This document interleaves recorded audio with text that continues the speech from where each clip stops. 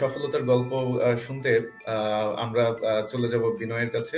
Binoy university of ডেব্রেসনে যাচ্ছেন electrical engineering এ পড়াশোনা করতে। সো এই উচ্চশিক্ষার এই বন্ধুর পথ কিভাবে বিনয় কুমার দাস অতিক্রম করে সফল হলেন সেটা জানার জন্য আমরা চলে যাচ্ছি বিনয়ের কাছে। তো thank you for welcome to school of people Binoy Kumar Das. আশা করছি আপনি ভালো আছেন। সো আমরা আজকে আপনার যে স্টাইপেন্ডিয়াম, হাঙ্গেরি কাম স্কলারশিপ পাওয়ার যে সফলতা, সেই সফলতার গল্প শুনবো এবং আপনার কাছ থেকে অনেক বেশি আশা করছি আমাদের ইনফরমেটিভ সেশন আমরা পাবো এবং আপনার সফলতার গল্প আশা করছি আরো অনেককে অনুপ্রেরণা দেবে।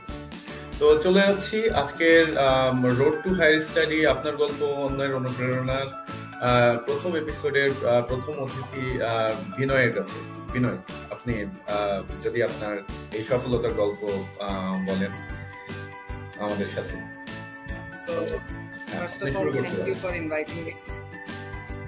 First of all, thank you for inviting me. ছিল মানে যেটা প্রিভিয়াস নাম সেটা হচ্ছে ডিপ্লে সেন্টার, তো বাট এখন এটার নাম হচ্ছে মানে ক্রাইস্ট চার্চ। তো এটা ছিল আমার কিন্ডারগার্টেন স্কুল, যেখানে আমি 4 পর্যন্ত মানে আমার স্টাডি ওখানে ছিল। এরপর হচ্ছে আমি 4 অ্যাডমিশন টেস্ট দিয়ে চট্টগ্রাম কলেজিয়েট স্কুলে মানে আমার ভর্তি নিলাম। তো ওইখান থেকে আমার 5 থেকে হচ্ছে 10 পর্যন্ত আমার স্কুলিংটা ওইখানে। তো এর মাঝখানে হচ্ছে আমার সমাপনী পরীক্ষার সময় মানে একটা বৃত্তির মানে অপরচুনিটি ছিল, মানে যেটা হচ্ছে বোর্ড থেকে বৃত্তি দেওয়া হয় মানে প্রাপ্ত নাম্বারের ভিত্তিতে। তো আমার দুইটা সাবজেক্টে হচ্ছে আমার অপ্রত্যাশিত রেজাল্ট আসে, যেটার কারণে আমার 3 নাম্বারের জন্য বৃত্তিটা মিস হয়ে যায়, মানে সরকারি বৃত্তিটা। তো তখন খুব একটা মানে আমি ছিলাম আমার স্কুলে মানে 3 পর্যন্ত সেকেন্ড বয়, এরপর হচ্ছে 4-এ কনজিকিউটিভলি আমি প্রত্যেক পরীক্ষায় মানে ফার্স্ট হই। তো ওটা অনেকটা বড় ধাক্কা ছিল, কারণ তখন আসলে ছোট মন আসলে বুঝতেছিলাম না, কারণ আর মানে আমাদের স্কুলে আসলে অনেক প্রতিযোগিতা ছিল। এবং এরপর হচ্ছে মানে ওইটা একটা ব্যর্থতা, মানে জীবনে প্রথম একটা ব্যর্থতা ওইখানে পেলাম। তো এরপর মানে 6, 7, 8, তো 6-এ আমার মানে রোলও ছিল পিছনের দিকে, যেহেতু আমি হচ্ছে মানে একদম মানে একটা ছিটকে পড়া টাইপের মানে। তো এরপর 6 থেকে হচ্ছে 7-এ এসে আমি কামব্যাক করি। তো কামব্যাক বলতে ওই কামব্যাকের মধ্যে মানে 7-এর ফুল জার্নিটাতে আমি যদি বলি, আমার প্রথমত মানে আমি এখানে যাকে সব থেকে বেশি মানে আমার এই প্রত্যেকটা সাফল্যের জন্য মানে যাকে সব থেকে বেশি উপরে রাখবো, প্রথমত সৃষ্টিকর্তা তো থাকবেই, এরপর হচ্ছে আমার মা। কেন আমার মা? কারণ আমার মা হচ্ছে মানে আমার জীবনে এমন একটা মানুষ যিনি সবসময় আমাকে মানে সবকিছুতে অনুপ্রেরণা দিয়েছেন। তো এরপর এটার সাথে আমার বাবাকেও রাখতে হবে, কারণ মা হচ্ছে একদম সাথে সাথে ছিল, বাবারা আসলে এরকমই হয়, মানে তারা একটু দূর থেকেই দেখে, মানে আসলে প্রেক্ষাপটের দিক থেকে আমরা বাবাদের সাথে অত বেশি ফ্রি হতে পারি না। আর যেহেতু সারাদিন মার সাথে সময় কাটানো হয়, তাহলে সেজন্যই মার সাথে হচ্ছে মানে একটু মানে বেশি একটা বন্ডিং। তো বাবাও মানে বাবাকেও মানে মা বাবা এই দুজনই হচ্ছেন যে আমার মানে আমার জীবনে খুবই মানে খুঁটি টাইপের, মানে তারাই হচ্ছে আমার জীবনের সব। এবার আসি মানে আরেকটু বলি, মানে সেটা হচ্ছে আমার দুই যমজ বোন আছে, তো তারা হচ্ছে আমার থেকে 6 বছরের বড়। তো তাদের কথাও বলতে হয়। এখন 7-এ কামব্যাক করার স্টোরিটা ছিল আসলে আমার দিদির মাধ্যমে, মানে আমার বড় দিদি, ওনার নাম হচ্ছে প্রিয়া। তো প্রিয়া দিদির মাধ্যমে হচ্ছে আমার 7-এ কামব্যাক করা। তো 6 পর্যন্ত ছিল, তখন শুরুতে সৃজনশীল পদ্ধতিটা মানে আসলো। তো 6-এ সৃজনশীল পদ্ধতির সাথে শুরুতে আমি হচ্ছে অত মানে খাপ খাওয়াতে পারতেছিলাম না, লিখতেও পারতেছিলাম না ভালো করে। তো 6টাও মোটামুটি একটা ওই 5-এর ফেইলিউর নিয়ে চলা। আর তখন মোটামুটি স্কুলেও আসলে মানে তখন মানে যেহেতু মানে একটা হচ্ছে যে মানে সবাই একটা অন্য ধরনের চোখে দেখতেছে যে ছেলেটা মানে এরকম হয়েছে, তো সবাই একটু কোনা করে রাখতো, যেটা সত্যি কথা। এটা হয়তো অনেকে এখন যদি লাইভটা যখন সবার কাছে পৌঁছাবে, ওখানে হয়তো অনেকে চিন্তা করবে যে এর এত কিছু মনে আছে। তো আমি মনে রেখে দিছি আসলে কিছু জিনিস, কারণ আসলে এগুলো মনে রাখতে হয়, তাহলে মানে নতুন কিছু করার এবং নিজেকে ছাপিয়ে যাওয়ার একটা অনুপ্রেরণা কাজ করে। তো তখন খুবই খারাপ লাগতো প্রথমত, কারণ আমার মা এবং আমি মানে সবসময় একটা মানে সবার একটা নজরের আড়ালে, মানে এরকম একটা অবস্থা।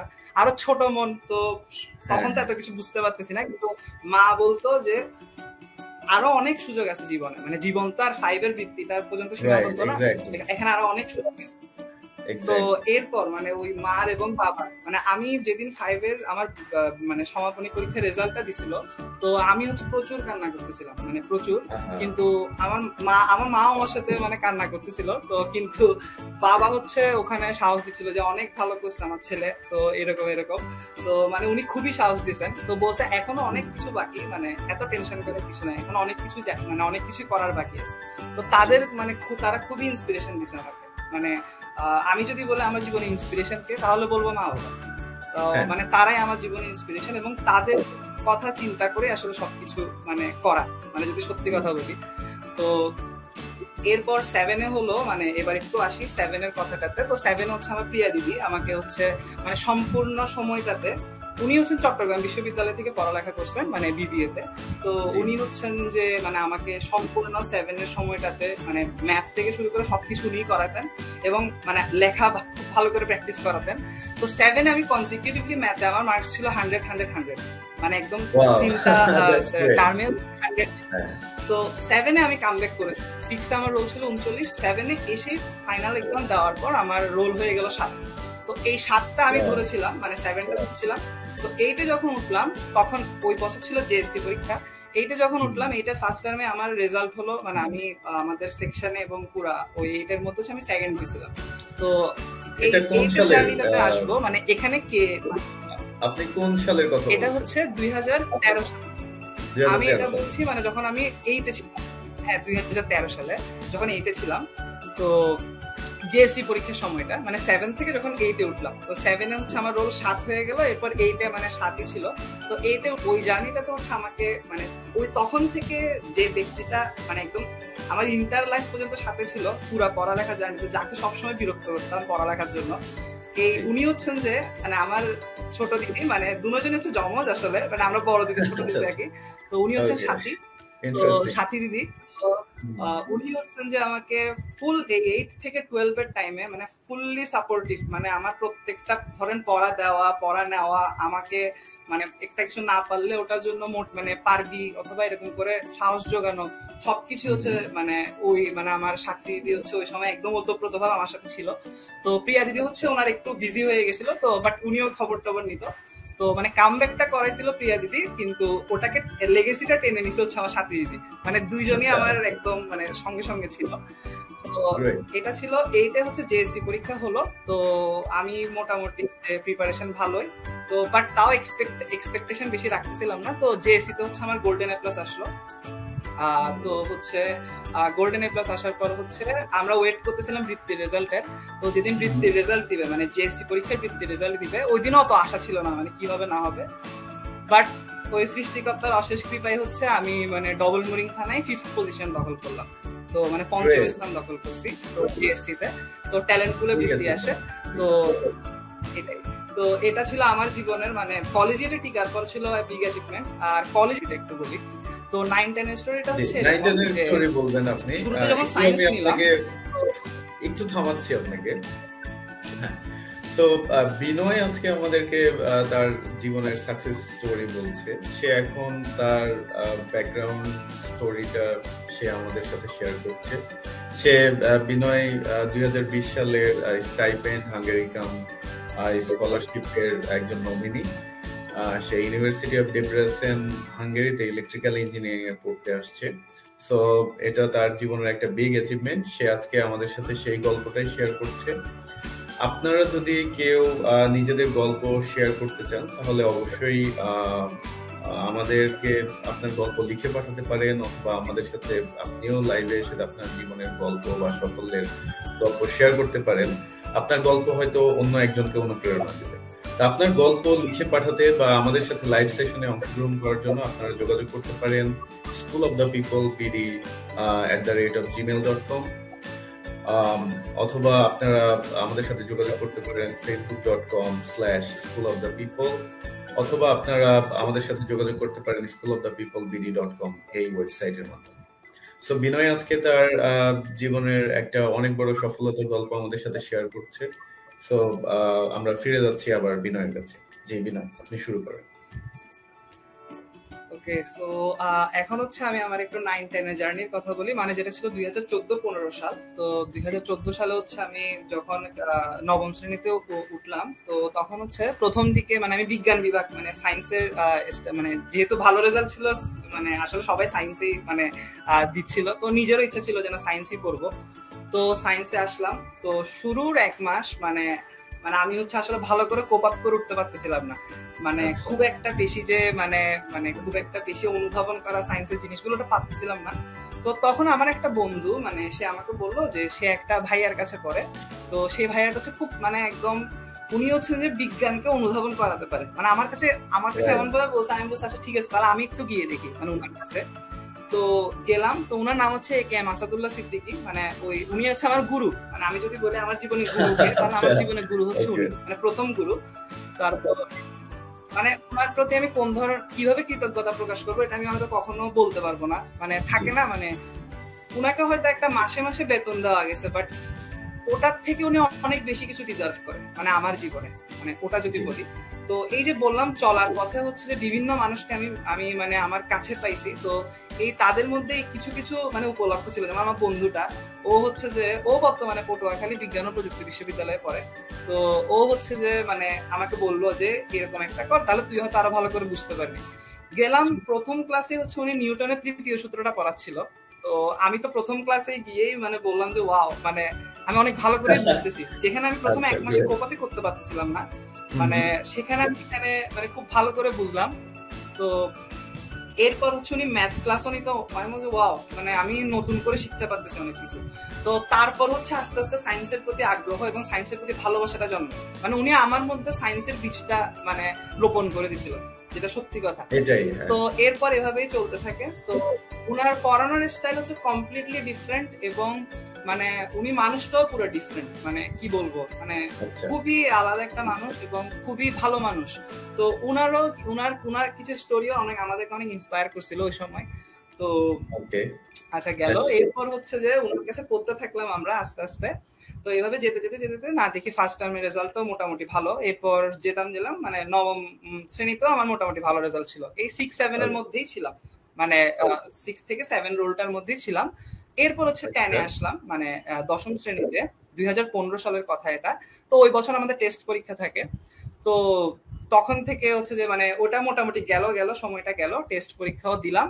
এরপর হচ্ছে এসএসসি পরীক্ষা দিলাম।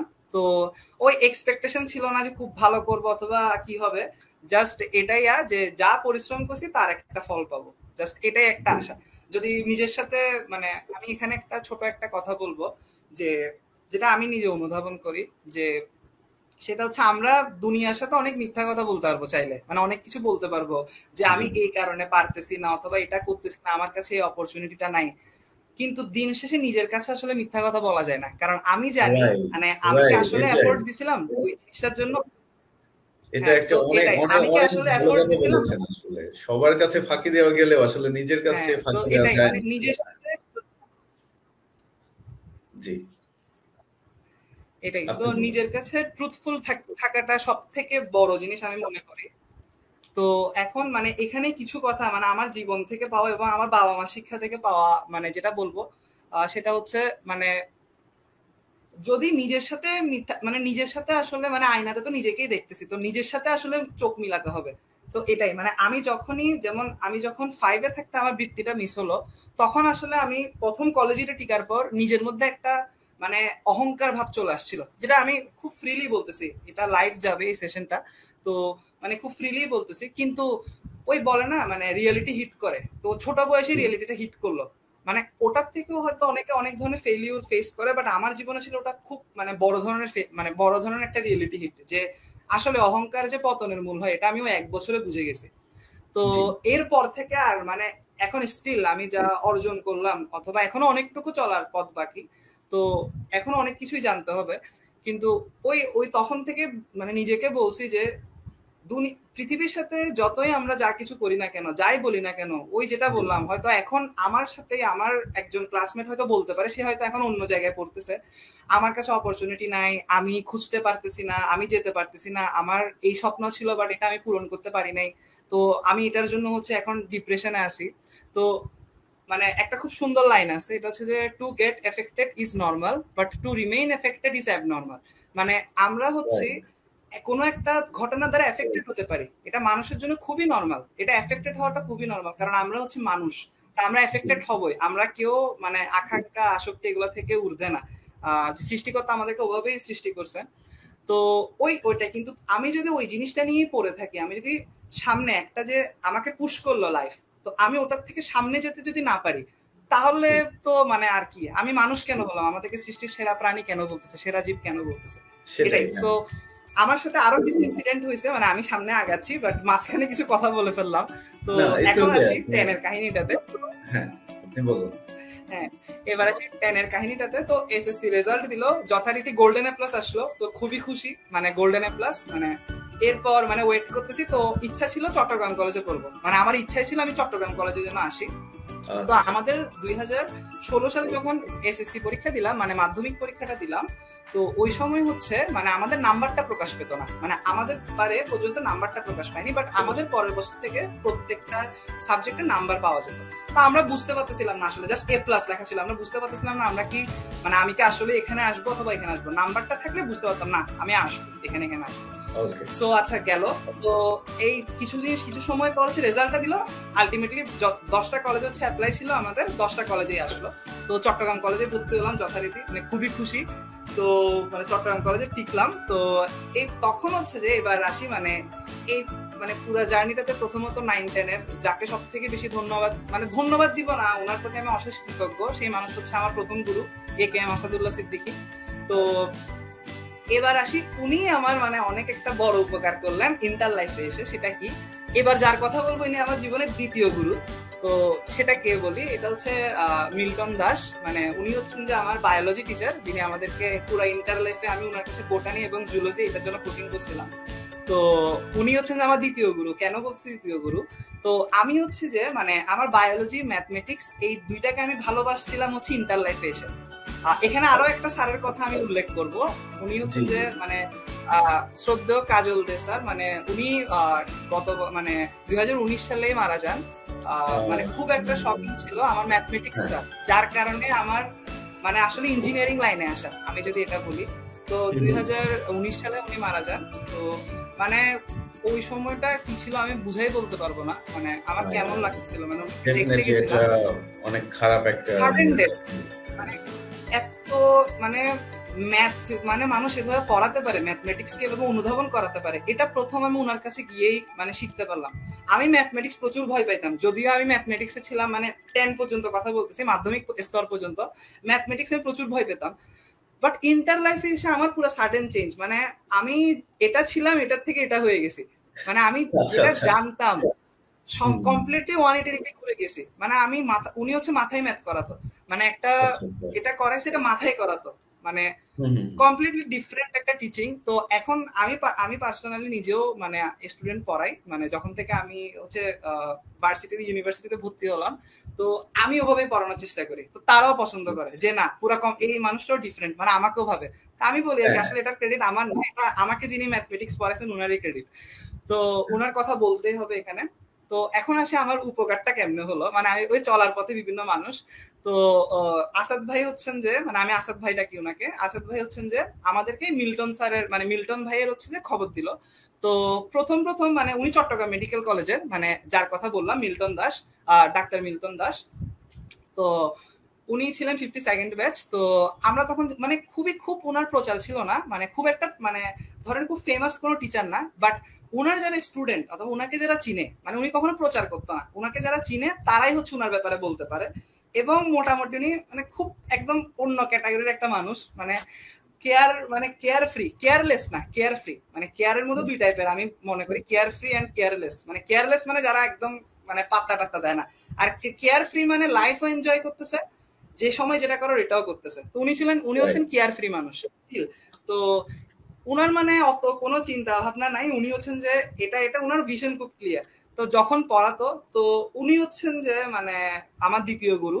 এবং কাজল স্যার যার কথা বললাম, উনি তো মানে গুরুর স্তরের মধ্যে সব থেকে উপরে থাকবে, মানে ওনার দরজা হচ্ছে সব থেকে উপরে মানে আমার গুরুদের মধ্যে। তো কারণ উনি হচ্ছে আমাকে এমন ভাবে ইন্সপায়ার করছে, মানে মানুষের পার্সোনালিটি যে দেখবে একবার, মানে ম্যাথমেটিক্স স্যার যে এরকম হতে পারে, মানে এটা হয়তো উনি এখন, উনি যদি বেঁচে থাকতেন আমাকে মানে আমার স্কলারশিপের নিউজটা উনি পেতে পারলেন না, মানে উনি যে কি খুশি হতেন আমি হয়তো বুঝাতে পারবো না। মানে আমার খুবই দুঃখ, মানে খুবই দুঃখ ছিল। হ্যাঁ, এই জায়গাতে আমি একটু আপনাকে থামাচ্ছি, আমি সরি, দুঃখিত। সেটা হলো আজকে আমাদের রোড টু হায়ার স্টাডির প্রথম এপিসোডের প্রথম গেস্ট বিনয় কুমার দাস। বিনয় কুমার দাস চট্টগ্রামের ছেলে। সে এই বছর স্টাইপেন্ডিয়াম হাঙ্গেরিকাম স্কলারশিপ, ভেরি প্রেস্টিজিয়াস স্কলারশিপ হাঙ্গেরির, এই স্কলারশিপের একজন নমিনি, সে মনোনয়ন পেয়েছেন। এবং সে এই স্কলারশিপ নিয়ে ইউনিভার্সিটি অফ ডেব্রেসেন হাঙ্গেরিতে ইলেকট্রিক্যাল ইঞ্জিনিয়ারিং এ পড়তে আসছে। সো বিনয় আমাদের সাথে তার নিজের জীবনের সাকসেস স্টোরি শেয়ার করছেন, তার ছোটবেলা থেকে বড় হওয়া এবং এই স্কলারশিপের পেছনে যে এফোর্ট, সেই ব্যাপারগুলো শেয়ার করছেন। তো আপনারাও যদি আপনাদের জীবনের গল্প বা আপনাদের সাকসেস স্টোরি গুলা শেয়ার করেন, এতে করে অন্যরা অনুপ্রাণিত হবে। যদি কেউ শেয়ার করতে চান সেক্ষেত্রে আমাদেরকে ইমেল করতে পারেন, অথবা যদি আপনারা লাইভ সেশনে অংশগ্রহণ করতে না চান, আপনাদের স্টোরি শেয়ার করতে চান, সেক্ষেত্রে আপনার স্টোরিও আমাদের ইমেল করতে পারেন schoolofthepeoplebd@gmail.com। আমি আবারও বলছি, ইমেল schoolofthepeoplebd@gmail.com। এই ইমেইলে আপনারা আপনাদের সাকসেস স্টোরি আমাদেরকে পাঠাতে পারেন বা লাইভ সেশনে অংশগ্রহণের জন্য আমাদেরকে জানাতে পারেন। সো আমরা আবারও ফিরে যাচ্ছি বিনয়ের কাছ থেকে। আমরা আরেকটু বেশি করে শুনবো যে স্টাইপেন্ডিয়াম হাঙ্গেরিকাম স্কলারশিপটা কিভাবে পেল। সো আমরা এখন বিনয়ের কাছে চলে যাচ্ছি। জি বিনয়, বলুন। তো এখন একটু আসে, আমি একটু শর্ট করে বলে দিই স্টোরিটা, কারণ আমি চাচ্ছি একটু ওই স্কলারশিপটা সম্পর্কে একটু ব্রডলি বলবো। তো এখন হচ্ছে আমার শিক্ষকদের হলো এটাই কথা। তো আমি হচ্ছে ওই যথারীতি আমার ইন্টার লাইফটা এভাবে গেল, টেস্ট পরীক্ষা দিলাম। তো ইন্টার লাইফে একটু ছোট কিছু ঘটনা বলি, মানে ছোট করে, বেশিক্ষণ নিব না সময়। তো ঘটনাটা হচ্ছে আমার টেস্ট পরীক্ষার রেজাল্টটা হচ্ছে খুব একটা বেশি ভালো ছিল না। কেন বলি, মানে যখন আমি ইন্টারে ছিলাম যথারীতি ভালো স্টুডেন্ট ছিলাম, তো নিজের থেকে নিজের এক্সপেকটেশন অনেক বেশি ছিল। কিন্তু টেস্ট পরীক্ষা যখন আমি দিতে যাচ্ছি তখন হচ্ছে আমার কমপ্লিট সিলেবাসটা শেষ হয়নি টেস্ট পরীক্ষা অনুযায়ী। তো তখন আরেকটা মানে ভয়, মানে একটা রেজাল্টটা যেমন আসলো ওটা আমি এক্সপেক্ট করিনি। তো তখন লাগছিল যে আমি কি মানে এইচএসসি তে গোল্ডেন পাবো অথবা কি করব না করব। বাট ওইখান থেকে নিজেকে, ওই যেটা বললাম, এখন হয়তো লাগতেছে সব শেষ, কিন্তু আসলে ওই শেষ থেকে উঠে আসাটা হচ্ছে সব থেকে বড় জিনিস। তো তখন হচ্ছে একদম প্ল্যান করে হচ্ছে যে ফুল টেস্ট পরীক্ষার পরের সময়টা মানে কাটানো, এইচএসসি পরীক্ষা দেওয়া। এবং এখন বলি এখানে মানে আমার এটা তৃতীয় অর্জন বলা যায় আমার জীবনের, যে আমি পুরো চট্টগ্রাম বোর্ডে দ্বিতীয় স্থান দখল করি মানে এইচএসসি পরীক্ষায়। তো যেটা উচ্চ মাধ্যমিক পরীক্ষা ছিল। Thank you. তো পুরো চট্টগ্রাম বোর্ডে।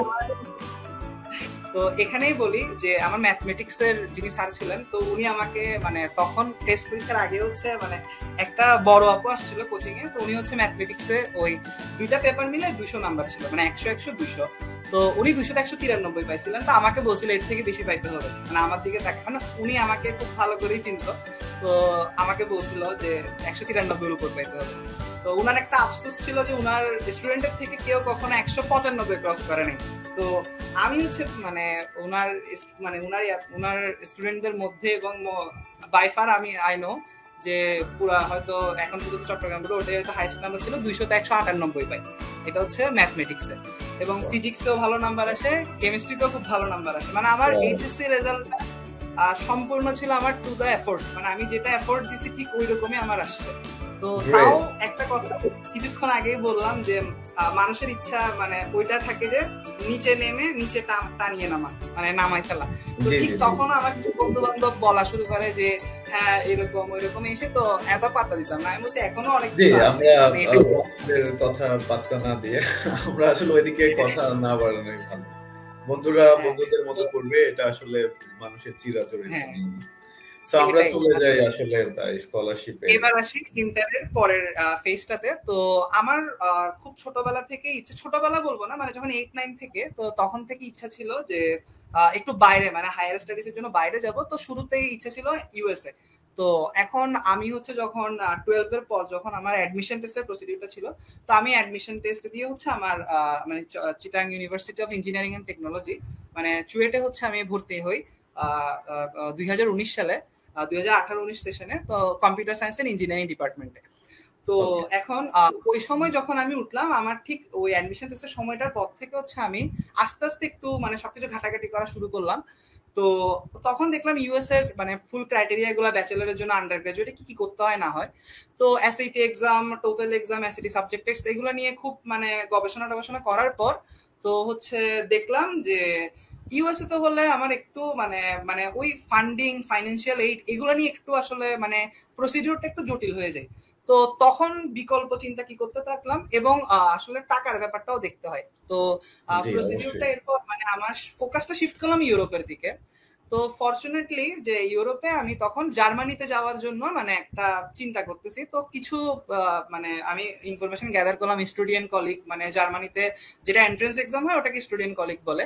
এরপর এন্ট্রান্স এক্সামটা দেওয়ার পর হচ্ছে ওইখানে একটা ল্যাঙ্গুয়েজ টেস্ট পাস করতে হয়, B2 পেতে হয়। ওগুলো সবগুলো ইনফরমেশন গ্যাদার করার পর তারপর দেখলাম তখন চলতেছিল আমার চুয়েটে মানে ফার্স্ট সেমিস্টারের এক্সাম, 2019 সালের কথা বলতেছি এটা। তো তখন মোটামুটি একদম মাইন্ডসেট যে ব্লক অ্যাকাউন্ট মানে সবকিছু দেখে ফেললাম, বাট তাও দেখলাম জার্মানিতে একটাই ব্যারিয়ার, ল্যাঙ্গুয়েজ। মানে আমাকে পড়ানো হবে জার্মান ভাষায়। আমরা সবাই জানি ইউরোপে মানে ম্যাক্সিমাম কান্ট্রিতে কিন্তু টিউশন ফি নেই, যেখানে হচ্ছে যে ওদের ল্যাঙ্গুয়েজে যদি আমরা স্টেট ল্যাঙ্গুয়েজে যদি আমরা পড়ি তাহলে ওখানে আমাদের টিউশন ফি দরকার পড়ে না। এখন আসি, একটা প্রবলেম ছিল মানে মোটামুটি সব ইনফরমেশন গ্যাদার করার পর যে দেখলাম মিডিয়ামটা ইংলিশ বাদে অন্য কিছু হয়। তো তাও সাহস করতেছিলাম যে না হয়তো পারবো, মানে তাও একটা মনের মধ্যে দোটা না যে হঠাৎ করে এরকম একটা নিউ ল্যাঙ্গুয়েজে মানে কোপ আপ করা একটু কেমন হয়ে যায়। তো তখন থেকে আসলে আরেকটু ঘাটাঘাটি শুরু করলাম ইউরোপের কোন দেশে হচ্ছে আমি ইংলিশ মিডিয়াম, মানে ইংলিশে আমার মানে মিডিয়াম অফ ইনস্ট্রাকশনটা আমার ইংলিশ হবে। তো এরকম ঘাটাঘাটি করতে থাকলাম। তো কিছু কিছু মানে কিছু কিছু দেশ সম্পর্কে আমি আরো আইডিয়া নিলাম, বাট সেখানে যদি ইংলিশে আমার পড়ালেখা করতে হয় তাহলে হচ্ছে আমার টিউশন ফি দরকার পড়ে, মানে এবং স্কলারশিপের ব্যবস্থাটা খুবই কম, মানে ইউরোপের পার্সপেক্টিভে আন্ডারগ্রেড হচ্ছে ওই স্কলারশিপের ব্যবস্থাটা একটু কম, মানে যদি মিডিয়াম অফ ইংলিশটা হয় আমার থেকে। তো আচ্ছা গেল, এবার আসে এখানে মানে এই স্কলারশিপটার জন্য মানে এই স্কলারশিপটার পিছনে কোন মানুষটা সব থেকে বেশি মানে আমার জীবনে ভূমিকা পালন করছে, ইনি হচ্ছেন যে উনিও বর্তমানে উনি ঠিক মানে 2019 সালে হচ্ছে স্টিপেন্ডিয়াম হাঙ্গেরিকাম স্কলারশিপটার নিয়ে হচ্ছে আমার ইউনিভার্সিটিতে মানে university of Debrecen electrical engineering এ যান। তার নাম হচ্ছে সামিন ইয়াসের ইউসা। তো উনি হচ্ছেন চুয়েটের মানে আমাদের বড় ভাই, উনি ছিল আমার এক ব্যাচ সিনিয়র। তো উনিও আমি উনার মতোই আসলে আমার স্টোরিটা হয়ে যায়, মানে চুয়েটে টিকার পর দেন হঠাৎ একটা ইউনিভার্সিটিতে শিফট করা, ওইখান থেকে আরেকটা জায়গায় যাওয়া। তো উনি মানে উনি পুরো আরেক মানে মানে আমার সাথে দেখা হওয়া অন্য রকমের মানুষ। মানে আমি উনি একটা পোস্ট দিছিল একটা গ্রুপে, তো ওইখান থেকে আমি প্রথমেই এটা সম্পর্কে জানতে পারলাম যে আচ্ছা মানে সরকার কর্তৃকও আসলে কিছু বৃত্তির ব্যবস্থা থাকে মানে বাংলাদেশের স্টুডেন্ট এদের জন্য। তো আমি একটু হিস্ট্রিটা বলি এই স্কলারশিপটার। বাংলাদেশে স্কলারশিপটা চালু হয় 2019 সাল থেকে, মানে 2019 সাল 2018 সাল থেকে অ্যাপ্লিকেশন প্রসেসটা শুরু হয়। তো ওই ভাইরা ছিল আমাদের ফার্স্ট ব্যাচ মানে এই স্কলারশিপের বাংলাদেশ থেকে যাওয়া। কিন্তু অলরেডি স্কলারশিপটা আমাদের পার্শ্ববর্তী দেশ মানে ইন্ডিয়া, তারপর ধরেন আরো পাকিস্তান, এরকম কিছু কিছু কান্ট্রিতে হচ্ছে এটা অলরেডি চালু হয়ে গেছিল, মানে আরো 3-4 বছর আগে থেকে এটা চালু ছিল। তো বাংলাদেশে কখন আসলো 2018 সাল থেকে, মানে 2018 সাল থেকে ওরা অ্যাপ্লিকেশন প্রসেসটা শুরু করলো বাংলাদেশের জন্য। আচ্ছা, তো এশিয়াতে বাংলাদেশটাও ইনক্লুড হলো। তো তারাই ছিল ফার্স্ট ব্যাচ, মানে আমাদের সামিন ভাইদের ব্যাচটা ছিল ফার্স্ট ব্যাচ। তো উনার পোস্টটা পাওয়ার পর আমি উনার সাথে কখনো আমার চুয়েটে আগে দেখা হয়নি, তো বাট আমি হচ্ছে উনার সাথে কন্ট্যাক্ট করলাম। তো মেসেঞ্জারে মানে আমি বললাম যে ভাই আমি মানে সালাম দিলাম, ভাই আমি তো হচ্ছেন যে আপনার মানে জুনিয়র ব্যাচ, তো আমি চাচ্ছিলাম একটু স্কলারশিপটা সম্পর্কে জানতে এবং কি কি করব না করব। তো ওই একটা কথা এখানে একটু টেনে আনি যে চলার পথে বিভিন্ন মানুষের সাহায্য করছে, এই একটা মানুষ পেয়ে গেলাম মানে যিনি আমাকে থ্রু আউট দ্য জার্নি খুব সাহায্য করছে। তো মানে প্রত্যেকটা স্টেপে মানে even silly to silly question আমি ওনাকে আস্ক করছি, মানে খামের সাইজ কিরকম আমি এটাও জিজ্ঞেস করছি, খাম করতে কিন্তু কোনো বিরক্ত না হয়ে আমাকে মানে এটা এটা এটা করলো। তো উনার একটাই, উনি আমাকে একটা সুন্দর কথা বলছিল, উনি চাই যে উনি বাংলাদেশকে রিপ্রেজেন্ট করুক, মানে বাংলাদেশে অনেক ট্যালেন্ট আছে মানে যারা হচ্ছে এখানে আসলে আসতে পারে কিন্তু বিভিন্ন কারণে এসে উঠতে পারছে না, হয় ইনফরমেশনের অভাব, নয় হচ্ছে যে একটা ওই মানে বিভিন্ন কারণে তারা আসতে পারে না, সাহসটা পায় না। তো ওনার সাথে কন্ট্যাক্ট করলাম, এবার আমি একটু ফার্স্টে যাই, ওনার সাথে কন্ট্যাক্ট করলাম। তো কন্ট্যাক্ট করার পর ভাই বললো যে হ্যাঁ মানে আমি তো এরকম এরকম মানে ইনফরমেশন দিব, আমি তোকে সাহায্য করব। তো ভাই আমার সাথে থ্রু আউট দ্য জার্নি ভাইয়াকে জিজ্ঞেস করলাম যে ভাই কি কি করবো না করবো। তো তখন আমি একটু এখানে ওয়েবসাইটের নামটা বলি, মানে যেখান থেকে হচ্ছে যে সবকিছু প্রসেসিং শুরু হয়, সেটা হচ্ছে ড্রিম অ্যাপ্লাই হাঙ্গেরি। তো যদি গুগলে সার্চ হাঙ্গেরি, জি, এটাতে যদি সার্চ দেয় তাহলে প্রথম যেটা আসবে, আমি একটু যদি এখানে মানে আমার এখানে এটা ছিল, হ্যাঁ প্রথম যেটা আসবে মানে apply.stipendiumhungaricum.hu, মানে এটা হচ্ছে একদম স্পেসিফিক ওয়েবসাইটটা। তো এখান থেকে হচ্ছে যে আমাদের টোটাল প্রসিডিউরটা শুরু হয়, মানে এটাই হচ্ছে আমাদের ধ্যান জ্ঞান, মানে এটার থেকে আমাদের সবকিছু শুরু হবে। তো এখানে ঢুকলাম যথারীতি, ঢুকে একটা প্রোফাইল মানে অ্যাকাউন্ট ক্রিয়েট করলাম, তারপর হচ্ছে আমার বিভিন্ন ইনফরমেশন ওখান থেকে আরো গ্যাদার করলাম, মানে ইনস্টিটিউশন দেখলাম কারা কারা এখানে আসলে আছে এবং তাদের র্যাঙ্কিং কেমন, কিউএস র্যাঙ্কিং কেমন, ওয়ার্ল্ড র্যাঙ্কিং কেমন, প্রত্যেকটা ইউনিভার্সিটি আমি একটু ঘাটাঘাটি করলাম। মজার ব্যাপার হলো ওই সময় আমার চুয়েটের সেকেন্ড সেমিস্টার এক্সাম চলতেছিল, এবং এই জার্নিটা খুব মানে আসলে খুব ইন্সপায়ারিং হবে। আমি একটু বলি, একটু হয়তো মানে আপনি বলুন, এটা একটু বলি। তো এখন এখানে যা হয়, চুয়েটে সেকেন্ড সেমিস্টার এক্সাম শুরু হলো যথারীতি। তো এখন এখানে একটা কথা বলে রাখি শুরুতে যে বাংলাদেশের শিক্ষা ব্যবস্থা কিন্তু মানে এমন যে, যদি আমি একটু ভার্সিটি লেভেলেরই কথা বলি, শুধু আমি আমার ভার্সিটির কথা বলতেছি না, প্রত্যেকটা ইউনিভার্সিটির রেসপেক্টে কথাটা বলতেছি, কটু শোনালেও মানে যেটা সত্যি কথা যে আমাদের এখানে আসলে অনেক ল্যাকিংস আছে, মানে অনেক ল্যাকিংস, মানে সত্যি কথা বলতে গেলে। কেন? কারণ এখানে প্রথমত স্টুডেন্টরাও মাঝে মাঝে একটু মানে অন্যরকম হয়, টিচাররাও একটু অন্যরকম হয়, মাঝে মাঝে স্টুডেন্ট টিচার ফ্রেন্ডলি ওই এনভায়রনমেন্টে ক্রিয়েট হয় না।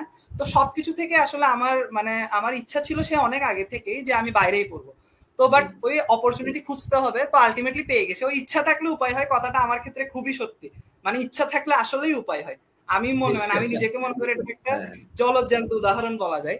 তো এখন আসি মানে, তো তখন কি কি স্ট্রাগল এবং কি কি হার্ডেল আসলো সেটা হচ্ছে, যখন প্রথম জানতে পারলাম স্কলারশিপের সম্পর্কে, এখানে প্রথমে দুইটা ফেজ আসে, মানে সেটা হচ্ছে প্রথমে আমার একটা ল্যাঙ্গুয়েজ প্রফিসিয়েন্সি সার্টিফিকেট লাগবে, যেটা কি আইএলটিএস অথবা টোফেল। তো আমি এই স্কলারশিপটা সম্পর্কে জানতে পারি ডিসেম্বর মাসে, মানে তখন অলরেডি এটার অ্যাপ্লিকেশন শুরু হয়ে যায়, মানে অলরেডি অ্যাপ্লিকেশন শুরু হয়ে যায় নভেম্বরের লাস্ট উইক থেকে। তো আমি একটু ইনফরমেশন এখানে দিয়ে দিই, যারা যারা নতুন অ্যাপ্লাই করবে অথবা এটা সম্পর্কে জানতে চায় তারা। আমি আপনাকে থামাচ্ছি একটু, সেটা হলো যারা দর্শক যারা এখন দেখছেন বা শুনছেন, তারা এখন কিন্তু বিনয় খুবই একটা গুরুত্বপূর্ণ স্টেপে গল্প তার বলছেন, তার এই হাঙ্গেরিকাম স্কলারশিপ পাওয়ার স্টেপ গুলা সে এখন খুব মানে বলছেন। তো এই স্টেপ গুলো খুবই গুরুত্বপূর্ণ, তো আপনারা এই স্টেপ গুলো খুব ভালোভাবে শুনবেন এবং সে যে লিঙ্ক গুলা বা ওয়েবসাইটের কথাগুলো বলছে এগুলা তে আপনারাও ভিজিট করবেন এবং দেখবেন। এবং এই সম্পর্কিত যদি কোনো আরো আপনাদের কোয়েশ্চেন থাকে বা জানার থাকে তাহলে অবশ্যই আপনারা কমেন্ট করে জানাবেন, আমরা সেই কোয়েশ্চেন গুলোর উত্তর বিনয়ের কাছ থেকে নেওয়ার চেষ্টা করব। ওকে বিনয়, আপনি বলুন। সো যেখানে যেটা হচ্ছে মানে, তো প্রথমে যখন আমরা স্কলারশিপের জন্য যখন ফুল একটু রিসার্চ করলাম, আমার পরীক্ষার টাইমে ছিল, মানে সেকেন্ড সেমিস্টার প্রথম পরীক্ষার 3 দিন আগে আমি এটা জানতে পারি। তো এই স্কলারশিপটা প্রথমত আমায় কেন অ্যাট্রাক্ট করলো আমি একটু এটা বলি। প্রথমত এটা নিয়ে যখন গবেষণা করলাম, এই যেটা আমার কথা ছিল মিডিয়াম অফ ইনস্ট্রাকশন ছিল ইংলিশ, মানে প্রত্যেকটা ইউনিভার্সিটিতে ওরা ইংলিশেই হচ্ছে আমাদেরকে মানে আমাদের পুরো ব্যাচেলার লাইফটা বা আন্ডার গ্রাজুয়েট পুরো স্টাডিজ টাইমটা ইংলিশে মানে কন্ডাক্ট করবে। তো ওইটা যখন জানতে পারলাম তখন বুঝলাম ওয়াও, মানে এটা তো আমার জন্য অনেক বড় একটা অপরচুনিটি, কারণ যেখানে আমি দেখতেছিলাম ইউরোপের ম্যাক্সিমাম দেশে হচ্ছে ওদের স্টেট ল্যাঙ্গুয়েজে বা ওদের কান্ট্রি ল্যাঙ্গুয়েজে পড়ানো হচ্ছে, যেখানে এখানে হচ্ছে আমাকে এরকম একটা অপরচুনিটি দেওয়া হচ্ছে। তো এটা হচ্ছে প্রথমত অ্যাট্রাক্ট করলো, ওই পোস্ট ওই ভাইয়ের পোস্টটা থেকে হচ্ছে আমি এটা জানতে পারলাম, সামিন ভাইয়ের ওই পোস্টটা থেকে আমি ওটা জানতে পারলাম। ওকে। এবার ওটা যখন দেখলাম, এবার দুইটা ফেজের কথা বললাম। প্রথমত একটা ল্যাঙ্গুয়েজ প্রফিসিয়েন্সি মানে টেস্টের জন্য একটা সার্টিফিকেট লাগবে, যেটা হচ্ছে আইএলটিএস অথবা টোফেল। তো আমার ভাই মানে সামিন ভাই ছিল, উনি টোফেল দিছিলেন গতবার, ওনার স্কোর খুবই ভালো ছিল, মানে 190 ছিল, 119 ছিল, মানে 119 পাইছিল উনি। তো আমার প্রথমত আইএলটিএস সম্পর্কে টোফেল সম্পর্কে তেমন একটা আহামরি ধারণা ছিল না, বাট এটাই জানতাম 4টা সেকশন আছে, এরকম এরকম হয়, এটা জানতাম। তো পরীক্ষার টাইম অলরেডি অ্যাপ্লিকেশন শুরু হয়ে গেছে, আমার ডেডলাইন ছিল মানে ডিসেম্বরের 15 অথবা সামথিং এরকমের ভিতরে একটা ডেডলাইন ছিল। মানে এটা কিসের ডেডলাইন ছিল, এটা ছিল ওই ওয়েবসাইটে গেলে ওই পোর্টালে হচ্ছে আমার ওই ডকুমেন্টস গুলো সাবমিট করার ডেডলাইন। কিন্তু এখানে ওই দুইটা ফেজের মধ্যে প্রথম ফেজ ছিল এটা, মানে আমার থেকে সব সার্টিফিকেট সব ডকুমেন্ট একসাথে করে মোটিভেশন লেটার। আমরা যারা ইউএসএ তে পড়তে যাই তারা খুব একটা জিনিস লাগে এসওপি, স্টেটমেন্ট অফ পারপাস, এগুলো সম্পর্কে আমি ঠিক 2018 সাল থেকে গবেষণা করি।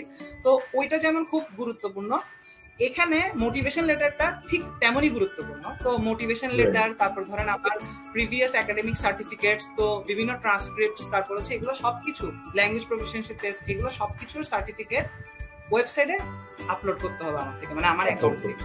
তো এখন এটার ডেডলাইন ছিল 2019 যখন 15 ডিসেম্বর আই গেস, মানে 15 ডিসেম্বর পর্যন্ত এটা ডেডলাইন ছিল। এটা ছিল ফার্স্ট ফেজ।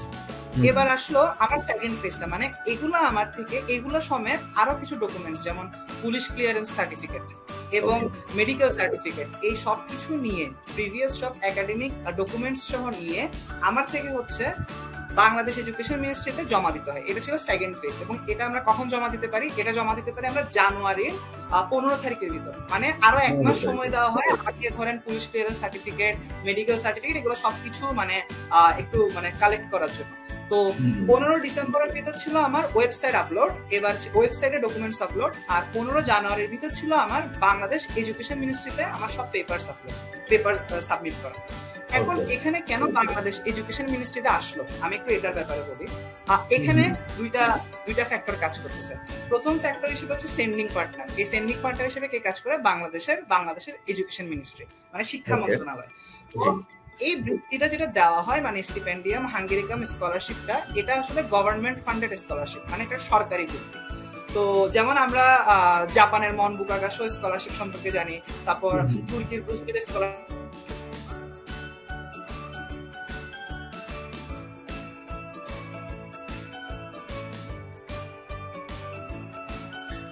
দর্শক, সম্ভবত ইন্টারনেটের কানেকশন প্রবলেমের কারণে আমাদের গেস্ট কথা ফ্রিজ হয়ে গিয়েছে। ওকে, শোনা যাচ্ছে? হ্যাঁ, শোনা যাচ্ছে। জি, আচ্ছা। তো আমি যেখানে মানে শেষ করলাম ওটা হলো, তো এখানে হচ্ছে মানে এটা গভর্নমেন্ট ফান্ডেড স্কলারশিপ প্রথমে। তো এখানে দুইটা প্রতিষ্ঠান সব থেকে গুরুত্বপূর্ণ ভূমিকা পালন করে, সেটাকে বাংলাদেশের ক্ষেত্রে বাংলাদেশ এডুকেশন মিনিস্ট্রি, আর হাঙ্গেরির ক্ষেত্রে ওদের যেটা মিডিয়াম ছিল সেটা ছিল টিপিএফ, মানে টেম্পাস পাবলিক ফাউন্ডেশন, টিপিএফ। মানে এই পুরা স্কলারশিপের যারা মডারেটর তারা ছিল টিপিএফ, ওই ফাউন্ডেশনটা।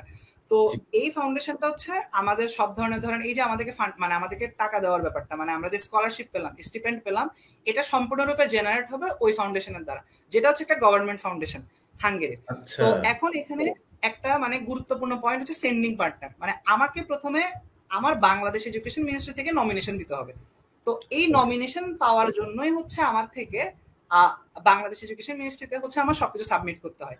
তো এখানে দুইটা ওয়েবসাইট কাজ করে, একটা হচ্ছে হাঙ্গেরির ওয়েবসাইটটা, এবার সেকেন্ড হচ্ছে ব্যানবেস পোর্টাল, একটা ওয়েবসাইট আছে যেখানে হচ্ছে আমার হাঙ্গেরির জন্য বাংলাদেশে একটা ওই ফর্ম ফিল আপ করতে হয়, মানে বাংলাদেশি এডুকেশন মিনিস্ট্রিতে আমি যেটা জমা দিব।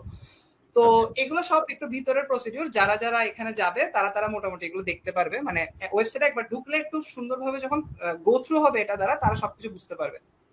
আচ্ছা, তো আমি হচ্ছে আমার ছিল 15 তারিখের ভিতরে আমার ওয়েবসাইট আপলোড দিতে হবে। এখন ওখানে আমার ল্যাঙ্গুয়েজ প্রফিসিয়েন্সি সার্টিফিকেটও দিতে হবে, কারণ ওইটা ছাড়া আসলে স্কলারশিপ পাওয়াটা খুবই দুষ্কর, মানে এই স্কলারশিপের ক্ষেত্রে। তো প্রথমত আমার রেজাল্ট ভালো ছিল, আমার এসএসসি এবং এইচএসসি রেজাল্ট খুবই ভালো ছিল। তো যেই কারণে আমি সাহস পাইছিলাম ওই ভাইটার থেকে, যে বলছিল যে এসএসসি এবং এইচএসসি রেজাল্ট যাদের ভালো তাদেরকে নমিনেশন দিবেই, কারণ তারা হচ্ছে যে মানে ধরেন বাংলাদেশের পার্সপেক্টিভে আমরা মানে যারা এরকম মানে ভালো রেজাল্ট থেকে তারা ভালো স্টুডেন্ট, যেটা স্বাভাবিকভাবে সবাই সিন করতেছে, মানে এটাই সবার পার্সপেক্টিভ। হ্যাঁ, গোল্ডেন পাইছে মানে ছেলেটা স্টুডেন্টটা ভালো, আচ্ছা গেল।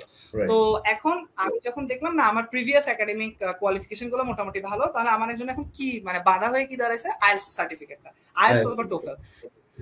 এখন মানে এখানে হচ্ছে মেইন টুইস্টটা, যে স্ট্রাগলটা ফেস করলাম। তো খুব তাড়াহুড়ার মধ্যে হচ্ছে আমি আইএলটিএস এর জন্য মানে রেজিস্ট্রেশন করি, এবং এই জার্নিটা একটু বলি এখানে।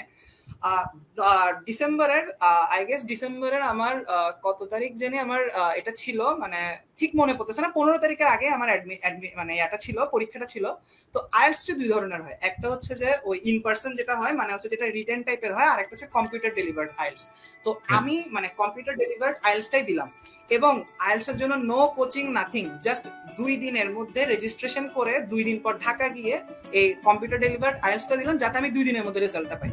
তো আমি এরকম করে মানে আমার পরীক্ষার টাইমের মধ্যে, যে আমাদের পরীক্ষার মানে একটা পরীক্ষা শুরু হতে আর একটা পরীক্ষা জুয়েটের 5 দিনের একটা গ্যাপ থাকে, সেই 5 দিনের গ্যাপের মধ্যে হচ্ছে আমি এই আইএলটিএস পরীক্ষাটা দিই উইদাউট এনি প্রিপারেশন। আমি এটাও বলে রাখি, উইদাউট এনি প্রিপারেশন, জাস্ট হালকা আইডিয়া স্পিকিং সেকশনটা নিয়ে নিই, মানে কি কি হয় না হয় হালকা পাতলা, তো এগুলা জাস্ট নিয়ে ফেলি মানে আইডিয়া। দেন হচ্ছে যে গেলাম যথারীতি। এখানে আমার একটা বন্ধু আমাকে, মানে ও আসলে জানতো না আমি কি কারণে গেছি ঢাকাতে, কিছু তেমন কিছু কাউকে জানানো হয়নি, কারণ একটা ভয় ছিল যে হবে নাকি হবে না। এখন আগের থেকে ঢোল পিটাই করতাম, কিন্তু পরে কিছু হলো না, ওই জন্য কাউকে কিছু বলা হয় না। তো এখন ওই বন্ধুটার নাম আমি কিন্তু বলি ইয়াসিন সৌরভ, মানে ও এখন ঢাকা ইউনিভার্সিটিতে ফার্মেসি ডিপার্টমেন্টে পড়তেছে। তো ইয়াসিন সৌরভ হচ্ছে ওই ছেলেটা আমাকে ওই সময় খুবই হেল্প করছে ঢাকাতে। তো আমি ওর কাছেই, ওর ওখানেই মানে প্রথমত মানে ওখানেই ছিলাম ওর বাসায়। এরপর হচ্ছে আমি ওখান থেকে আইএলটিএসটা দিলাম, দেওয়ার পর হচ্ছে 2 দিনের মাথায় রেজাল্ট চলে আসলো, আমার সার্টিফিকেটে চলে আসলো। তো আইএলটিএস সার্টিফিকেট আসার পর হচ্ছে আমি ওটা আপলোড 15 তারিখের ভিতরে আমার মোটামুটি সবকিছু শেষ, ওয়েবসাইট আপলোড আমার কমপ্লিট। তাহলে ওই মোটিভেশন লেটার লেখা সবকিছু, এগুলো সবকিছুতে জার্নিতে যে মানুষের সব থেকে বেশি হেল্প করছে সামিন ভাই, মানে ওনাকে ছাড়া এটা কখনোই পসিবল হতো না, যেটা সত্যি কথা। মানে উনি খুবই হেল্পফুল ছিল, এবং উনার সাথে সাথে আরো একটা গ্রুপ আমায় খুব হেল্প করছে, এটা ছিল মোহাইমিন ভাইদের গ্রুপ। উনিও বর্তমানে হাঙ্গেরিতে থাকেন, এবং এখানে আমি আর কিছু মানুষের কথা উল্লেখ করি, নাইম হাসান সৈকত ভাই, মানে যে কোনো ইনফরমেশনের জন্য ওরা, তারপর রাকিব রায়হান ভাই, এই সামিন ইয়াসের ইউসা ভাই, মানে এরা সবাই ছিল ওই ফার্স্ট ব্যাচ, মানে বাংলাদেশ থেকে যাওয়া এই আন্ডার গ্রাজুয়েটে মাত্র এরাই ছিল সিলেক্টেড ক্যান্ডিডেট। অনেক অ্যাপ্লিকেশন জমা করে এই স্কলারশিপের জন্য, বাট তারাই সিলেক্টেড হয় মোটামুটি, যাদের এখানে এটা মানে অনেক কিছু মানে ক্রাইটেরিয়া আছে। তো আচ্ছা দিলাম মোটামুটি ওয়েবসাইট আপলোড শেষ। এরপর পুলিশ ক্লিয়ারেন্স সার্টিফিকেট, যথারীতি police clearance certificate, medical certificate নেওয়া। তো মেডিকেল সার্টিফিকেট নেওয়ার সময় আমাকে হেল্প করেছে মিল্টন দাস ভাই, মানে ওই দাদা আমাকে খুবই হেল্প করেন, আমার বায়োলজি টিচার, উনি আমাকে সব কালেক্ট করে দেন। এরপর হচ্ছে এরপরে আমার জানুয়ারি মাসে হচ্ছে আমি ডকুমেন্টস গুলো সাবমিট করার জন্য এডুকেশন মিনিস্ট্রিতে যাই। ওই রাতের বেলা, পরীক্ষার সময় রাতের বেলা গিয়ে সকালে দিয়ে আবার ব্যাক করি, 2 দিন পর পরীক্ষা, এভাবে করে দেওয়া শেষ। এবার হচ্ছে নমিনেশনের জন্য ওয়েটিং, মানে আমরা এখন ওয়েট করতেছি কখন নমিনেশন করবো। তো ফেব্রুয়ারির 27-28 তারিখ করে 2020 সালের ফেব্রুয়ারি 27-28 তারিখ করে হলে আমাদের নমিনেশনের রেজাল্ট আসে। তো আমি যথারীতি নমিনেটেড হই, কারণ আমার হচ্ছে মোটামুটি আইএলটিএস এর সার্টিফিকেট, আইএলটিএস এর টেস্ট স্কোরটা ভালো ছিল, তারপর মোটামুটি সবকিছুই ঠিক। তো আচ্ছা গেল, এবার আসলো নমিনেশনের পর এখন আরেকটা মেইন মানে পোর্শন বাকি, এটা খুবই ক্রুশাল পোর্শন, আমি একটু এটা নিয়ে বলি। তো এবার হচ্ছে নমিনেশনের মধ্যে কয়জন সিলেক্ট হয়, আমি একটা ইনফরমেশন দিই এখানে। সেটা হচ্ছে বাংলাদেশ থেকে যখন আমরা যখন অ্যাপ্লিকেশন করলাম, তো তখন ছিল যে 100টা সিট আই গেস রিজার্ভ ছিল, মানে এই স্কলারশিপের জন্য, যেটা 3টা ক্যাটাগরিতে বিভক্ত, ব্যাচেলার, মাস্টার্স আর হচ্ছে পিএইচডি। তো আমাদের আগের বার হচ্ছে ব্যাচেলারে একটু বেশি স্কলারশিপ দিয়েছিল, বাট আমাদের বারে হচ্ছে ব্যাচেলারে মাত্র 20টা স্কলারশিপ দেয় ফুল বাংলাদেশ থেকে। অথচ অ্যাপ্লিকেশন কিন্তু প্রায় 1 থেকে 1,500-এর উপর জমা পড়ে শুধু ব্যাচেলারের জন্য, ওখান থেকে মাত্র 20 জন সিলেক্টেড হয়, মানে আমাদের বারে। তো মানে খুব টাফ একটা কম্পিটিশন হয় নমিনেশন পাইতে। যখন বাংলাদেশ এডুকেশন মিনিস্ট্রি নমিনেট করে তখনই অনেক বড় একটা কম্পিটিশন হয়। আচ্ছা, কিন্তু ওই বছর হচ্ছে মাস্টার্সে এবং পিএইচডি তে মোটামুটি ভালোই, মানে 80টা সিট ওদের জন্য রিজার্ভ ছিল বাংলাদেশে, 130 আর 100 আই গেস, মানে এটার মধ্যেই ছিল, মানে টোটাল স্কলারশিপটা এতজনকে দেওয়া হলো। হ্যাঁ, তো মোটামুটি ওইবার ছিল এটা একটা মানে শক টাইপের, যে আন্ডার গ্রাজুয়েটে এত কম কেন দিল স্কলারশিপটা, মানে এত কম কেন নমিনেট করলো বাংলাদেশ থেকে। তো আচ্ছা, তো আমরা মাত্র 20 জন নমিনেশন পেলাম। তো 20 জনের মধ্যে আমরা অনেক, মানে সবাই বিভিন্ন ক্যাটাগরি ছিলাম, ইঞ্জিনিয়ারিং, আর্টস, তারপর লিটারেচার, এরকম বিভিন্ন ডিপার্টমেন্ট ছিল।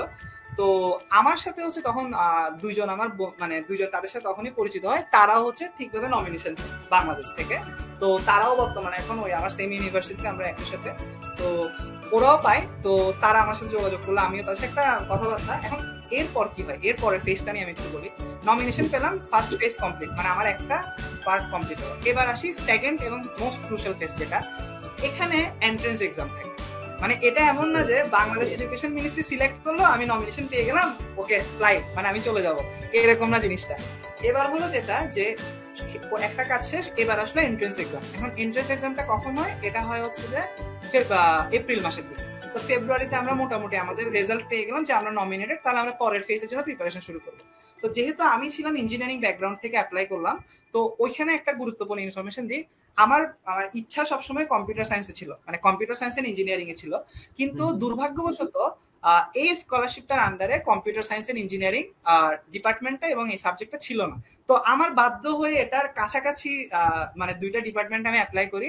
ইউনিভার্সিটি অফ ডেব্রেসেনে একটা ইলেকট্রিক্যাল ইঞ্জিনিয়ারিং আর একটা মেকাট্রনিক্স ইঞ্জিনিয়ারিং, মানে সর্বোচ্চ দুইটা হচ্ছে ডিপার্টমেন্টে অথবা সর্বোচ্চ দুইটা ইউনিভার্সিটিতে অ্যাপ্লাই করা যায় এখানে।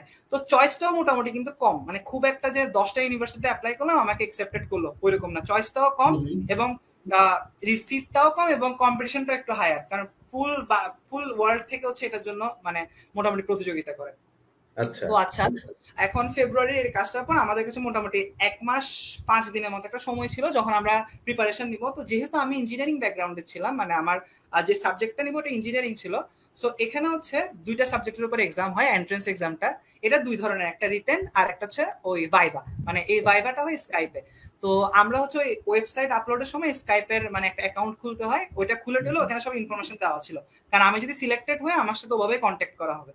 সো মেইল এবং স্কাইপ এই দুইটা খুবই ইম্পর্টেন্ট। কিসের জন্য? এই স্কলারশিপের জন্য, মানে এই স্কলারশিপে সবকিছু কন্ডাক্ট করার জন্য। সো আমার একটা পরামর্শ থাকবে, মানে এই স্কলারশিপের জন্য যারা যারা অ্যাপ্লাই করবে, মাস্ট একটা মেইল, যেটা হচ্ছে একটা অফিসিয়াল মেইল, মানে খুব ভালোভাবে মেইলিং করা, মেইলটা জানতে হবে, মানে কিভাবে মেইল করতে হয়, কার সাথে কখন কিভাবে কথা বলতে হয়, এগুলো জানতে হবে। এবং all the time by the মানে ডিউরিং দ্য টাইম অ্যাপ্লিকেশনের প্রসেসে সবসময় মেইল চেক করতে হবে। এটা একটা খুব ইম্পর্টেন্ট একটা ইনফরমেশন। সো সবসময় মেইল চেক করতে হবে, সবসময় আপ টু ডেট থাকতে হবে, ওরা কখন কি বলতেছে, কখন কি জানাচ্ছে, আমার থেকে সবকিছু নিয়ে জানতে হবে। তো এখন আসি মানে এই সেকেন্ড ফেজটাতে, যেটা হচ্ছে নমিনেশন পাওয়ার পর আমাদের এরকম সবকিছু আমরা জানতাম, আমাদের একটা এন্ট্রান্স এক্সাম হবে যেটা দুই ধাপে হবে, একটা হচ্ছে রিটেন আর একটা হচ্ছে ভাইভা। তো রিটেনটার জন্য কি কি ছিল, ফিজিক্স এবং ম্যাথ। তো ওদের ফিজিক্স এবং ম্যাথমেটিক্স এর কোয়েশ্চেনটা ছিল মানে একটু মানে হায়ার সেকেন্ডারি থেকে একটু বেশি, একটু উপরে এবং ব্যাচেলার থেকে একটু নিচে, মানে মোটামুটি ফিজিক্স সেকশনটা একটু হার্ড ছিল, বাট ম্যাথমেটিক্স সেকশনটা আমার জন্য ইজি ছিল।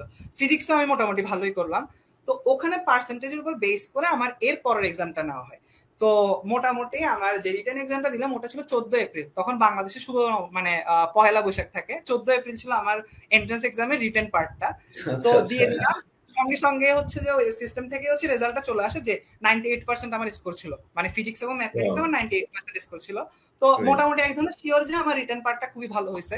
এবার আসছে আমার ভাইভা পার্টে। তো ভাইভাটা কে নেয়, ভাইভাটা হচ্ছে আমার নেয় হচ্ছে ওই ইউনিভার্সিটি অফ ডেব্রেসেনেরই একজন প্রফেসর। উনি ছিলেন ওই ফ্যাকাল্টি, মানে faculty of science and engineering এর হচ্ছেন যে অ্যাসোসিয়েট প্রফেসর, মানে ওইখানের অ্যাসোসিয়েট প্রফেসর ছিলেন। তো উনি আমার স্কাইপে আমার ইন্টারভিউটা নেয়, মানে ভাইভাটা। তো ওই ভাইভাতে এটা হচ্ছে 2 দিন পর ছিল, মানে 17 এপ্রিল 2020। তো 17 এপ্রিল 2020 আমার ভাইভাটা হয় খুব আনএক্সপেক্টেড ওয়েতে। মানে আমি মনে করতেছিলাম যে এটা সন্ধ্যার দিকে হবে, বাট হুট করে এটা দুপুরের দিকে হয়ে যায়। তো মোটামুটি প্রিপেয়ার ছিলাম। তো মানে আমার সবকিছু এরকম একটু মানে তাড়াহুড়োর মধ্যে যেগুলো হয় এগুলো ভালো হয়।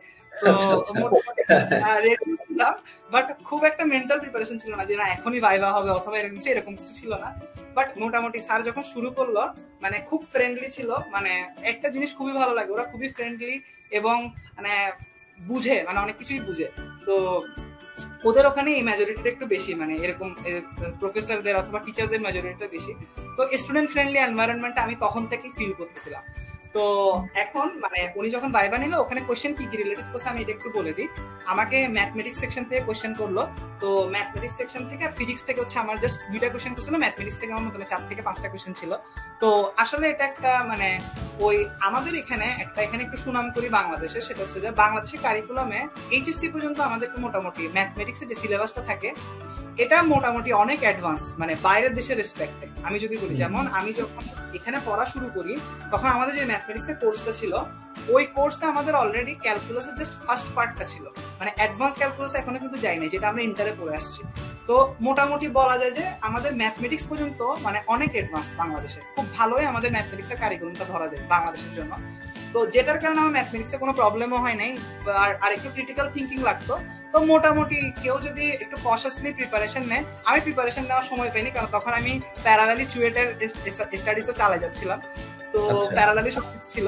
তো আচ্ছা, তো এরপর এক্সাম দিলাম। ওই প্রফেসর আমাকে ওই দিনই এনশিওর করেন যে আমি স্কলারশিপ পাবো, কারণ আমার রিটেনের এটা ভালো ছিল, তারপর হচ্ছে আমার ভাইভাও ভালো হয়। তো ওভারঅল স্কোর আসে আমার 97.8% সামথিং, 100-র মধ্যে আমার এটা স্কোর আসে। তো যারা যারা ওই সময় পরীক্ষা দেয় মানে এইটার জন্য, আমরা মনে হয় ওই ফ্যাকাল্টিতে মানে আমাদের ওইখানে মনে হয় 10 থেকে 15 জন বাংলাদেশ, 10 জন হয়তো, পুরো ওয়ার্ল্ডে মনে হয় 100 জন ওইখানে আই গেস অ্যাপ্লাই করছিল ওই ইউনিভার্সিটিতে। বাস এট লাস্ট মানে সবার মধ্যে হয়তো 30 থেকে 40 জন সিলেক্টেড হয় ফুল ওয়ার্ল্ড থেকে।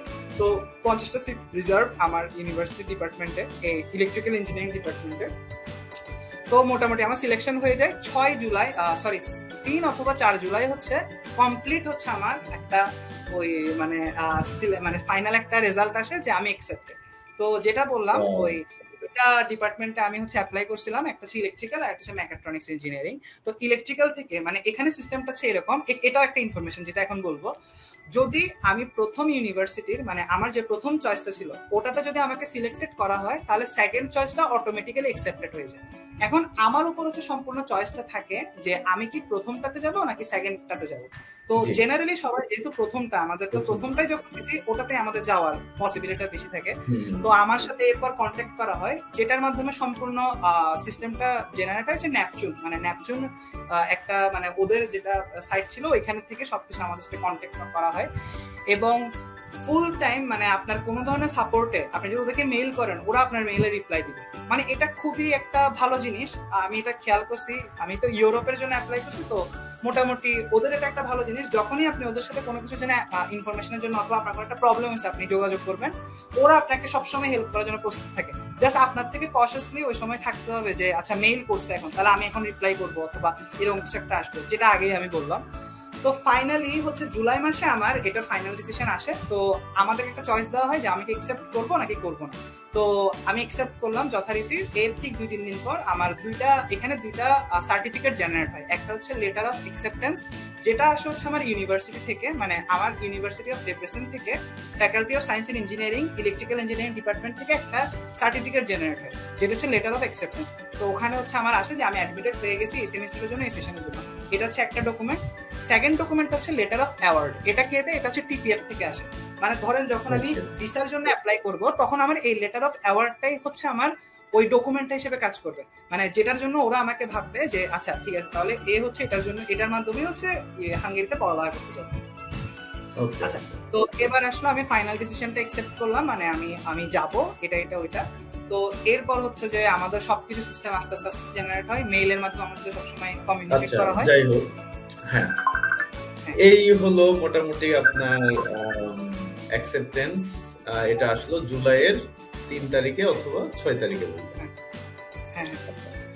ওকে, সো এই পর্যায়ে আমি বিনয়কে একটু থামাচ্ছি। সো আমাদের অনেকেই বিনয়কে কংগ্রাচুলেশন জানিয়েছে, তার মধ্যে রূপনা দাশগুপ্ত আছে, লুবনা কাদের আছে, শ্রেয়া মজুমদার জানিয়েছেন কংগ্রাচুলেশন, তাসদিক কনক কংগ্রাচুলেশন দিয়েছেন, মেরি মজুমদার কংগ্রাচুলেশন জানিয়েছেন, ইসরাফিল ইসলাম, রিপন ধর কংগ্রাচুলেশন জানিয়েছেন, আপনাকে অনেক অনেক উইশ করেছেন তিনি। রানা দাস আপনাকে কংগ্রাচুলেশন জানিয়েছেন, আর শিমিনা জামান, বাদশা মিঠু, সাথী স্বীকৃতি এবং আরো অনেকে আসলে।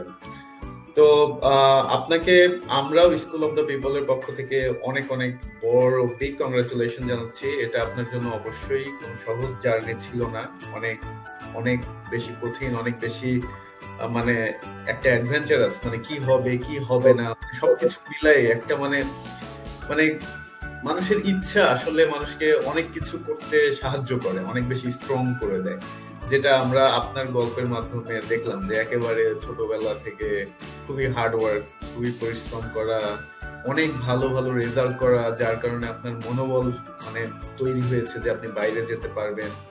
এই ব্যাপারগুলো আসলে আমাদের সবাইকেই ইন্সপায়ার করে, আমাদের সবাইকেই আসলে একবার হলেও ভাবায় যে কেন আমরা দেশের বাইরে যে নিজের দেশের মুখটা উজ্জ্বল করবো, কেন আমরা নিজের দেশের বাইরে নিজেদেরকে তুলে ধরতে পারবো। তো আসলে বিনয় দাশগুপ্ত, আমি মনে হয় আমি খুবই দুঃখিত, আমি মনে হয় এক দুইবার আপনার নাম পুরোটা ভুল বলেছি, তো এটা আমি আসলে খেয়াল করিনি, তো এটা আমি ক্ষমা চেয়ে নিচ্ছি। সেটা বিনয় দাশগুপ্ত, আপনাকে আসলে অনেক অনেক কংগ্রাচুলেশন, এবং আমি চাইবো যে আপনি হাঙ্গেরিতে পড়াশোনা করবেন সাকসেসফুলি, আমাদের সাথে থাকবেন, আপনার আরো আরো অনেক এক্সপিরিয়েন্স আমাদের সাথে শেয়ার করবেন। আমরা আসলে আর এই অনুষ্ঠানের রোড টু হায়ার স্টাডি, আপনার গল্প অন্যের ইন্সপিরেশন, এই এপিসোডটা আর খুব বেশি বাড়াবো না।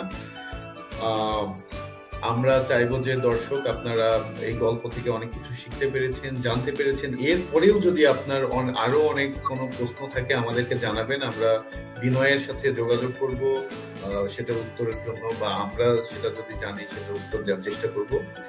আর যারা আসলে নিজেদের এই সাকসেস স্টোরি গুলো শেয়ার করতে চান তারা আমাদের সাথে যোগাযোগ করতে পারেন schoolofthepeoplebd@gmail.com এ। আমাদের ওয়েবসাইট আছে schoolofthepeoplebd.com। আমাদেরকে ফোন করতে পারেন যারা দেশের বাইরে আছেন, তারা +16623801713। আপনারা যদি লাইভ সেশনে অংশগ্রহণ করতে না পারেন, আপনারা আমাদেরকে গল্প লিখে পাঠাতে পারেন, আমরা সেটা পড়ে শোনাবো অন্যদের কাছে। তো আজকে এই পর্যন্তই। বিনয় আপনাকে আরো কংগ্রাচুলেশন জানিয়েছেন টিডি গুপ্ত, তাসনিম আলম, বিজয় চৌধুরী, আরো অনেকে। তো অনুষ্ঠান এখানেই শেষ করব। একেবারে শেষে আমি বলতে চাই, আপনি যারা এখন স্কলারশিপের জন্য চেষ্টা করছে তাদের জন্য আপনার কি বলার আছে, এটা শুনে আমরা অনুষ্ঠান শেষ করব। আচ্ছা, তাহলে প্রথমে আমি যেটা বলবো যে আমার যে স্টোরিটা ছিল মানে এটা আসলে একটা মানে রিয়েল স্টোরি, তো এখানের মধ্যে কোনো ভেজাল নেই। তো প্রথমত এটাই যে যারা পুরো শোটা অথবা পুরো সেশনটা দেখবে তারা মোটামুটি বুঝতে পারবে যে কতটা মানে মানে যেটা আপনি বললেন অ্যাডভেঞ্চারাস, মানে পুরো টাইমটা একটা রোলার কোস্টার রাইড ছিল আমার জন্য, বিশেষ করে স্কলারশিপের মানে হঠাৎ হঠাৎ সবকিছু হওয়া। তো একটাই কথা, প্রথম যেটা একটা মানে অ্যাজ এ সিনিয়র মানে এই ফিল্ডে একটা সিনিয়র হিসেবে যে অ্যাডভাইসটা থাকবে সেটা হচ্ছে মাথা ঠান্ডা রাখাটা খুবই জরুরি, এবং আসলে কি চাচ্ছি আমরা সেটার সম্পর্কে মানে সেই ভিশনটা ক্লিয়ার হওয়া খুবই খুবই হচ্ছে দরকার। যেমন একটা জিনিস হচ্ছে যে একবার যখন একটা কিছু চিন্তা করে ফেলবো ওটার পিছনে কি কি করতে হবে, মানে ওটা সর্বোচ্চ এফোর্ট দিতে হবে। মানে এগুলো হচ্ছে মোটামুটি একটা জীবন রিলেটেড কথাই আমি বলতেছি যে হয়তো আমার বয়সটা খুবই ছোট, বাট অনেক কিছু এক্সপিরিয়েন্স থেকে কথাটা বলতেছি। তো যে ওই যেটা বললাম, দিন শেষে নিজের কাছে নিজেকে ট্রুথফুল থাকতে হবে, অনেস্ট থাকতে হবে। বাইরের মানুষের সাথে অনেক ছলনা দেখাতে পারবো যে আমি এটার কারণে পারতেছি না, ওইটা আমার অপরচুনিটির অভাব। যাদের ইচ্ছা আছে, যারা সিকার হয় মানে যারা নলেজ সিক করতে চায় এবং সেই নলেজ সিকিং এর জন্য অনেক দূর আগানোর জন্য মানে নিজের মানে এফোর্ট দিতে চায়, তো তাদের জন্য হচ্ছে যে এই মানে আমার এই পুরো জার্নিটা অনেক ইন্সপায়ার। ধন্যবাদ বিনয় আপনাকে।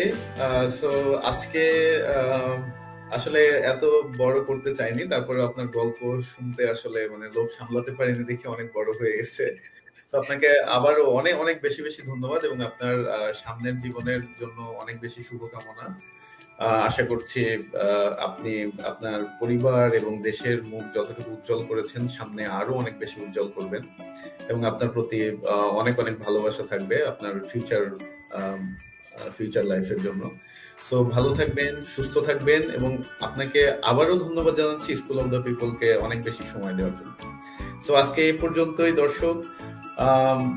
যে কোনো ধরনের কোয়েশ্চেনের জন্য আমাদের সাথে যোগাযোগ করুন, আপনার গল্প পাঠানো বা আপনার লাইভ সেশনে যোগাযোগ করার আসার জন্য যোগাযোগ করার জন্য আমাদের সাথে আমাদেরকে ইমেল করুন schoolofthepeoplebd@gmail.com।